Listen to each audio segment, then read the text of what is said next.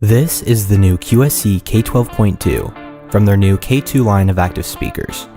If you've been living under a rock for the past few months, it's a 2000 watt 132 dB peak loudspeaker sporting a brand new design. In this review, we'll take a look at the new features, run sound tests, and compare the new K2 series to other QSC speakers I own.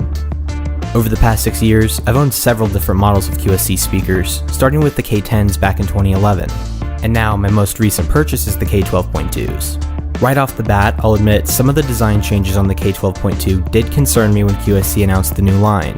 For instance, they had removed the single rotatable pull cup in exchange for two pull cups, made the rubber feet smaller, and completely redesigned the mixer and added a digital interface. Some other design changes I noticed after buying the speaker were the solid black mesh grille, smaller power switch, and addition of a heatsink to the back of the amp to help the cooling fan. Of course, many of these changes are minor, but it's hard to know whether or not these changes would be significant or affect its performance just by looking at the speaker online. With the pull cups, it's more or less a draw in terms of innovation. On the con side, it's easy to accidentally mount the speaker in the wrong pull cup when lifting it onto the stand. It'll happen to you a few times until you learn the back one is straight up and the front one is at an angle, and then it'll never happen to you again. Another con of this design is that it's identical to other active speakers on the market with two pull cups. I personally thought this design change seemed like a step backwards. I mean, it would make more sense if the OG K series had two pull cups and they were able to innovate the K2's mount down to one that serves two purposes, but I digress. On the pro side, the use of two pull cups now more accurately balances the speaker's center of gravity, making it safer and more stable up on the tripod. And looking at the bottom of the speaker, you'll notice the rubber feet are somewhat smaller and the rear foot is significantly so, which seems like it leaves the speaker slightly more susceptible to dents and dings if it's set down at a bad angle. The OG K series had a fat chunk of rubber on the back foot, but again, it's a small change and definitely not a deal breaker. On the front of the speaker, you'll notice that it has a new black mesh inside the grille which hides the interior speaker elements from view. This new solid all black design looks beautiful, and the new mesh also adds an extra layer of protection against the elements. I did get curious and want to see what the inside of the speaker looked like, but as far as I can tell, it is identical in appearance to the original K12s, with the vents in the same place, and a very similar looking actual speaker. Lastly, let's take a look at the changes to the mixer. Now chances are if you're watching this video, you already know what's on the backside of the K2 series speakers, so I'll make this quick. The major change is the digital interface with the spinning knob and buttons. In terms of design, it doesn't feel cheap, and the buttons and knob do not vibrate when the speaker is on. Plus, there are a bunch of new sound profiles to play with, which we will test momentarily, amongst other features that I probably won't use, but are definitely nice to have as an option.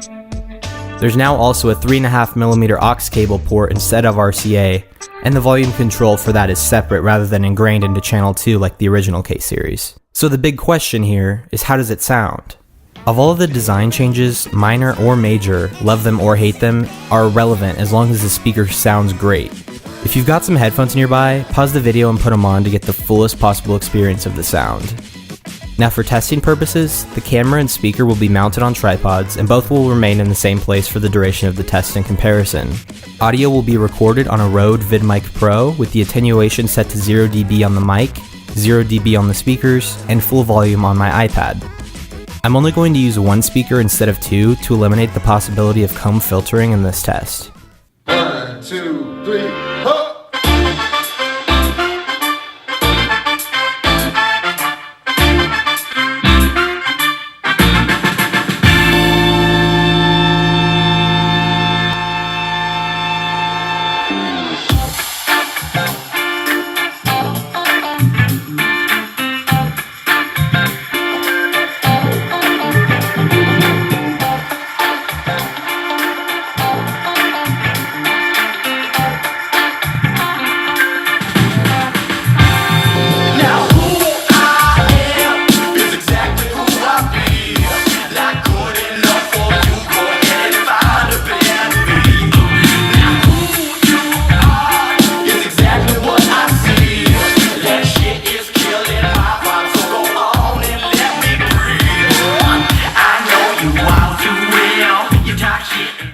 Now from what I can tell, QSC has eliminated some of the higher, harsher frequencies from the mix that you used to have to EQ out manually.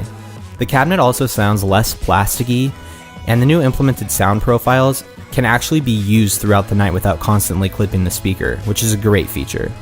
I found that default mode has a real presence in the mid-range, which is great because it's a two-way speaker. Dance mode has a punch in the highs and lows that I can't wait to use while DJing. And live bright mode have crystal clear, coffeehouse-esque sound that definitely sounds perfected for live performances, voice, speeches, etc. Now, according to spec sheets, the K12.2s have more bass and woofer power than the original K12s. However, this has been debated back and forth by people who have heard them both side by side, and unfortunately I don't have original K12s in front of me to compare them with. However, this is what they sounded like in comparison to my KW153s. 1, 2, 3, ho!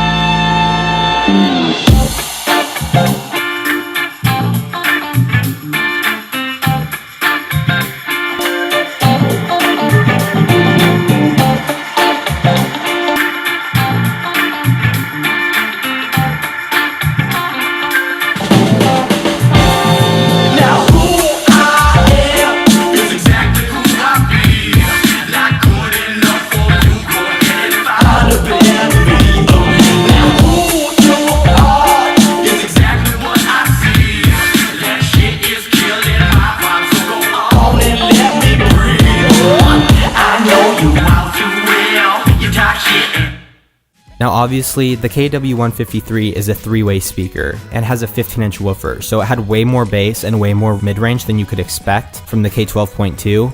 You also have to keep in mind that these are two speakers from two different series and two different price points, one of which is almost double the cost and double the weight of the other. I would definitely use these without a sub for a wedding, I'd say up to 100 people. If you're looking for intense, rolling, low-end bass that you can both hear and feel, maybe for a school dance or a large grad party, then the speakers are really complemented with subs, and also have a built-in crossover specifically for using QSC models, which is excellent. That's the end of this review. If you're on the fence about getting these, I would highly recommend them, and if you have questions, feel free to leave them down below. Thanks for watching.